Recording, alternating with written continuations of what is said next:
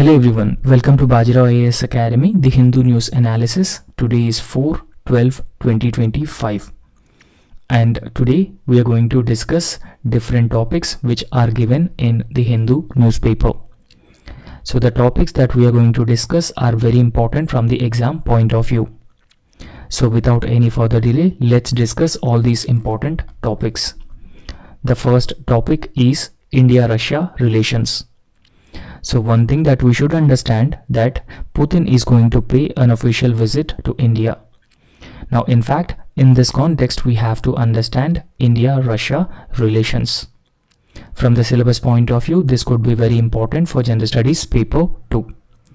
So let's understand the dynamics between India and Russia. So in fact, India-Russia relations have evolved dramatically in the last 3 decades. However, the world has faced many challenges, and in fact, India has also been navigated through several challenges. For example, we are living in a complex geopolitical environment. This complex geopolitical environment is marked by the Russia-Ukraine war, competition between China and US for global hegemony, and even the growing multipolarity. And apart from that, a shifting global alignments as well. And in fact, despite all these challenges and complex geopolitical environment, India-Russia relations have been evolving, and these two countries have strengthened their relations over a period of time, and they became all-weather friends. However, the December 4 and 5 this month, Russian President Vladimir Putin is going to visit New Delhi for 23rd annual India-Russia summit. However, this visit of Russian President Vladimir Putin to India is very important because it highlights the resilience and the challenges of this long-standing relationship between India and Russia. So in this context, let's briefly understand the historical background from Pokhran nuclear tests, followed by sanctions from the Western countries, to strategic engagement between both Russia and India. Now, in fact, Putin for the first time paid his official visit to India on October 2000. Right? So, in fact, at that point of time, both India and Russia were navigating through uncertain global dynamics. Now, in fact, when India conducted 1998 Pokhran 2 nuclear tests, West has imposed sanctions on India. However, at that point of time, Russia was disintegrated, USSR was disintegrated, and Russia was still recovering from the Soviet collapse. So at that point of time, both India and Russia have been facing several challenges. However, despite these constraints, both India and Russia have sought to reinvigorate the traditional ties. And in fact, both these countries have set a stage for a new era of cooperation. Now, in fact, at that point of time, so South Asia was also unstable because Pakistan and India relations strained following the Kargil war and IC-814 hijacking as well. Now, in fact, the geopolitical complexities made Russia an important partner in India's quest for strategic autonomy. Now, in fact, India has always been balancing and navigating between both West and Russia. So this is the brief historical context between India and Russia relations. So let's understand defense partnership. Defense partnership is a very important domain of India and Russia relationship. Now, in fact, we can say that this is the backbone of India and Russia relations because as of now, India has been importing around 60% of military equipment from Russia. Now, in fact, this heavy dependence on Russia for military equipment has been built over a period of several decades. However, India has also acquired a major weapon systems, particularly S-400 air defense system. Now, in fact, it is one of the world's most advanced air defense systems, and India has acquired this S-400A defense system. However, this reflects the continuing trust between India and Russia. However, Russia has to deliver 5 batteries, but as of now, Russia has already delivered 3 batteries of S-400A defense system. However, because of this Russia-Ukraine conflict, Russia's defense supplies to India have been slowed down. However, Russia has been ready to strengthen its defense cooperation with India, and Russia is also ready to provide all necessary technological support to India. However, India has also been tried to diversify its defense imports in recent times. That means India has not just dependent on Russia for its defense supplies, it has also dependent on countries like France, US and Israel. However, the legacy systems, that means we have dependent on Russia from several decades, so we have built a legacy. So this legacy systems requires Russian space and maintenance. So therefore, Russia is central to India's long-term defense planning. And in fact, Russia has also been planning to sell its advanced 5th generation fighter jets to India as well. And there might be some discussions over S-500A defense system to India. So however, analysts are of the opinion that Western sanctions may have slowed Russia's production of advanced military platforms. However, Russia has denied this claim. And in fact, India must navigate these constraints very carefully in this context. So let's understand the economic ties between India and Russia. Now, in fact, if you look at the economic relations between India and Russia, there is a major shift that took place after Russia-Ukraine conflict. Now, in fact, India has started capitalizing on discounted Russian crude oil. Traditionally, India excessively dependent on Middle Eastern countries for oil. However, because of the Russia-Ukraine war, the European countries stopped importing Russian oil, and because of that reason, Russia started selling discounted oil to other countries, and India is one of the largest importers of discounted Russian oil. So after this Russia-Ukraine conflict, the oil imports of India from Russia has increased manifold. So as a result, the bilateral trade between India and Russia has reached to 68.7 billion US dollars in the financial year 24-25. However, this balance is heavily skewed. So that means Russia has enjoying surplus trade balance. However, India has been enjoying a negative trade deficit. However, India so far exported 4.9 billion worth of goods to Russia only, while Russian imports, primarily oil, totaled around 63.8 billion. So therefore, India has been facing trade deficit and Russia has been enjoying trade surplus. Now, in fact, we all knew that both US and several other Western countries have imposed secondary sanctions on Russia. However, it has eroded India's cost advantage in Russian oil purchases. Now, India is also looking to diversify the sources of oil, because for India, energy security is very, very important. However, both India and Russia have an ambitious goal of reaching the target of $100 billion trade by the year 2030. Now, in fact, the slowing down of the oil trade between Russia and India has put some stress on this ambitious goal. However, let's understand the geopolitical balancing, which involves navigating the great power rivalries. Now, in fact, India has been balancing and navigating between both US and Russia.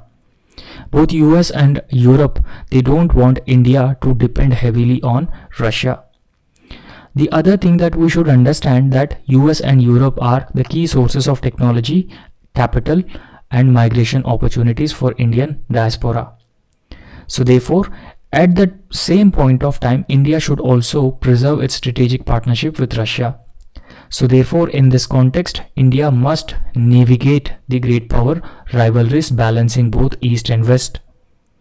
Now, in fact, in recent times, India should also take note of a growing relationship between both China and Russia.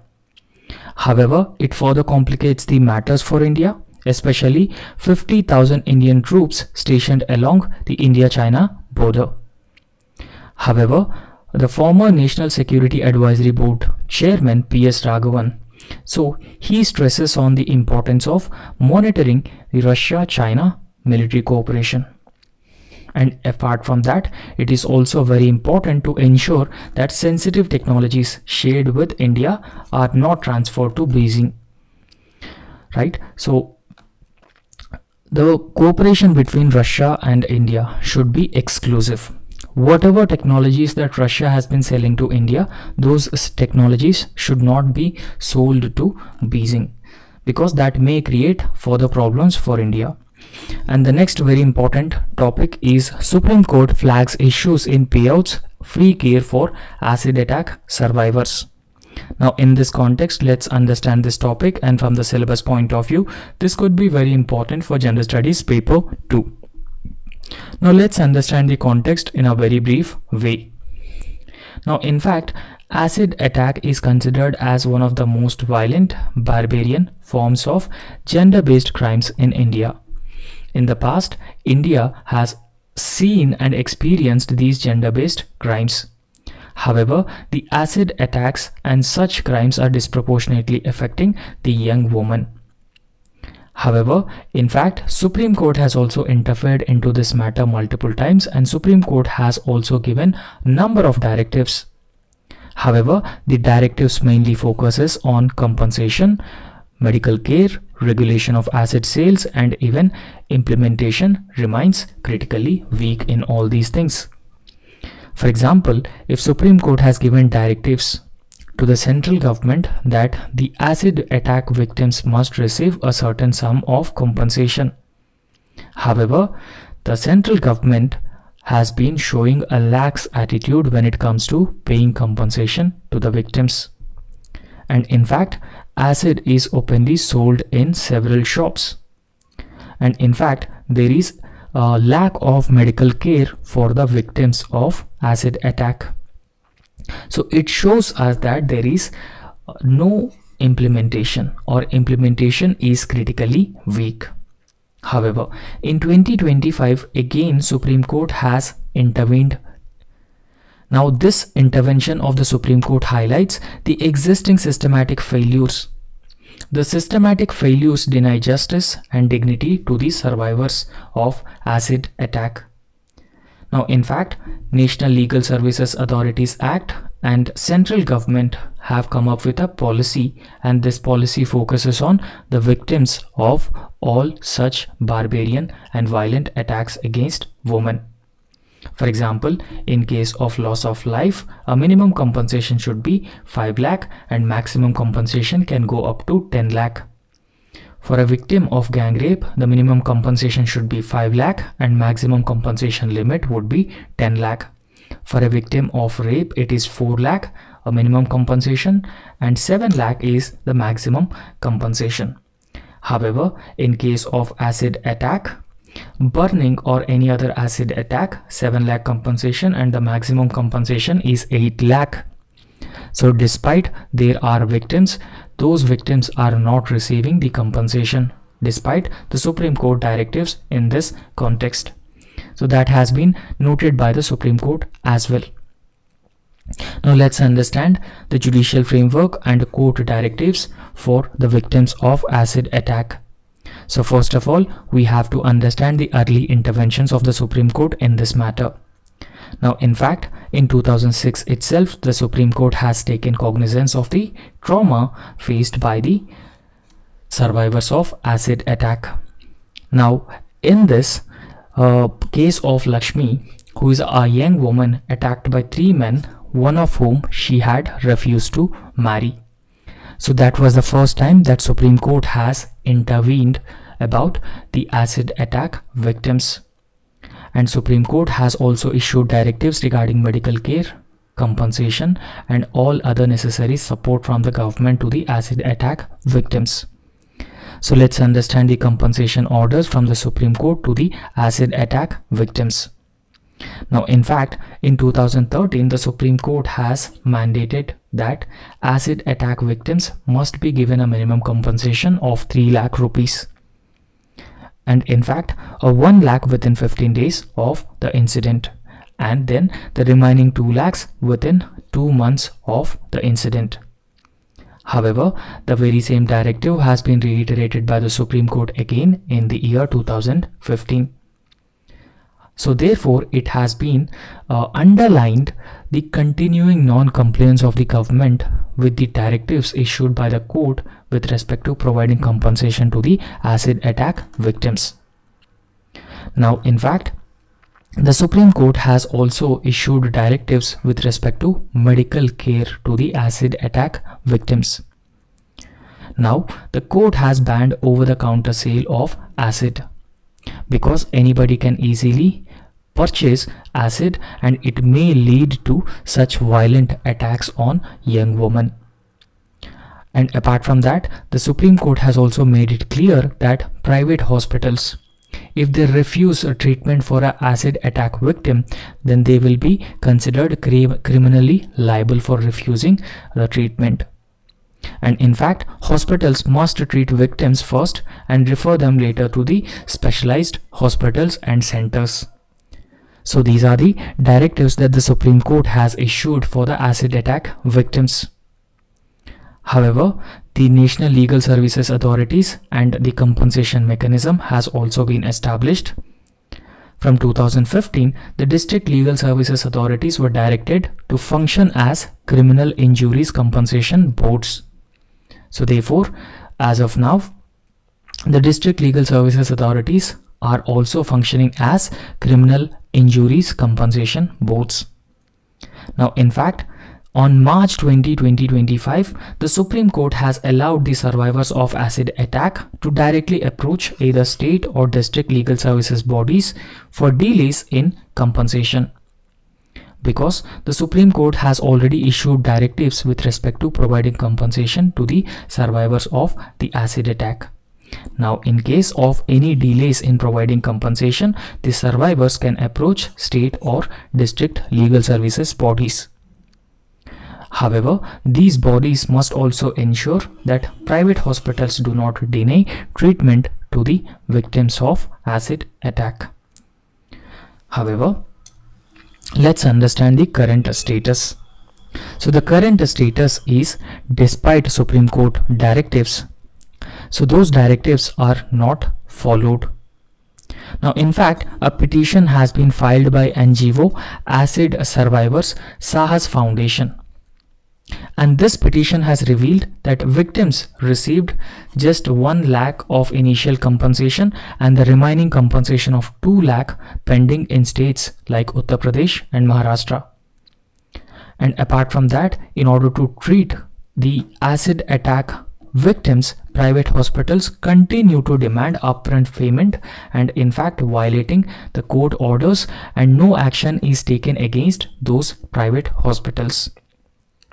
And in fact, the data from the National Legal Services Authorities Act has revealed that 484 crore rupees was disbursed as compensation between March 2024 and April 2025. However, the effective distribution to the individual survivors, it remains unclear. Now let's understand what should be the way forward. Now, if we talk about the way forward, court has issued notices to states and directed chief secretaries to ensure that funds reach district legal services authorities for timely dispersal to the survivors of acid attack. And apart from that, there is a need to strengthen monitoring mechanisms, penalizing non-compliance by the private hospitals, and even simplifying the compensation processing. So these factors are essential for survivor-centric justice. so that the survivors of acid attack would receive compensation on time, medical care on time, and there should be a framework and architecture that should be established to ensure that justice is served to every survivor of the acid attack. Now another very important topic is man-animal conflict. So let's understand about this man-animal conflict, and from the syllabus point of view, this could be very important for Gender Studies paper 3. Now in fact, the human-wildlife conflict, so it is considered as a serious ecological and socio-economic challenge in India. Now every day we see news about this human-wildlife conflict. In fact, as part of the human-wildlife conflict, there has been increased incidents or encounters between people and wild animals. So these increasing encounters have been resulting in casualties on both sides, and they reflect a deepening stress on the natural ecosystems. However, a report has been published by Worldwide Fund for Nature, United Nations Environment Programme. So this report has revealed that the human-wildlife conflict is considered as the major threats to the long-term survival of key wildlife species in India. Now in fact, protecting wild flora and fauna is very important, and at the same time we need to protect the biodiversity as well. But this human-wildlife conflict has been emerging as a long-term survival threat to the wildlife species in India. So let's understand the rising incidence of human-wildlife conflict across the states. Now in fact, the first thing that we come across if we are thinking about this human-wildlife conflict is elephant-human conflict, which is very common in states like Assam, Odisha, Karnataka. Because very often there are frequent reports that elephant heads raiding on paddy, sugarcane, banana fields, especially during at the night time. And in fact, there are also casualties because of these elephant raids on crop fields. According to Ministry of Environment, Forest and Climate Change, 186 elephants were killed by trains between 2009-10 and 2021. This is a very high number. And you can also go through the states which have seen the highest number of elephant deaths and the lowest number of elephant deaths as well. So therefore, these figures and facts have been revealing us that there is a high risk interface between wildlife habitats and expanding infrastructure. Now in fact, the wild animals are also very often involved in frequent crop raids. For example, villages which are very close to tiger reserves experience regular crop depredation by species like nilgai, deer and bison. However, such incidents often fuel demands to declare the species as vermin species, threatening the ecological balance. Let's understand the ecological pressures behind the human-wildlife conflict. So the pressures including the habitat loss and fragmentation because of the infrastructure development projects such as hydroelectricity projects, railways, roadways, construction. So because of all these infrastructure projects, what has been happening? There has been a fragmentation of natural habitats, and these wild animals are easily venturing into the nearby villages. And apart from that, the animals are also frequently forced to cross farmlands. Why? Because you are fragmenting the natural habitats, so that's why they are crossing the farmlands and villages in search of food or migratory corridors. And apart from that, there has been a substantial decline in the key species as well. For example, species like vultures have witnessed over 95% of the population decline due to several factors such as habitat disruption, fragmentation, poisoning from the veterinary drugs like diclofenac, and even disturbance at traditional feeding sites. What government initiatives have been launched to address the problem of national human-wildlife conflict? So for that, the government has launched National Mitigation Strategy. So for that, the center has launched a national human wildlife conflict mitigation strategy and action plan. So the key focus areas under this plan including strengthening habitat connectivity and corridors, data-driven monitoring of wildlife movement and regular tracking, reducing retaliatory killings by the people by increasing awareness among them, and long-term habitat protection and community engagement. So these are the key areas which will be focused as part of the National Mitigation Strategy and Action Plan launched by the central government to prevent human-wildlife conflict and the casualties of wildlife and human beings. So next important topic is center is not considering any proposal to declassify denotified tribes. So from the syllabus point of view, this could be very important for general studies paper 2. So let's understand this topic.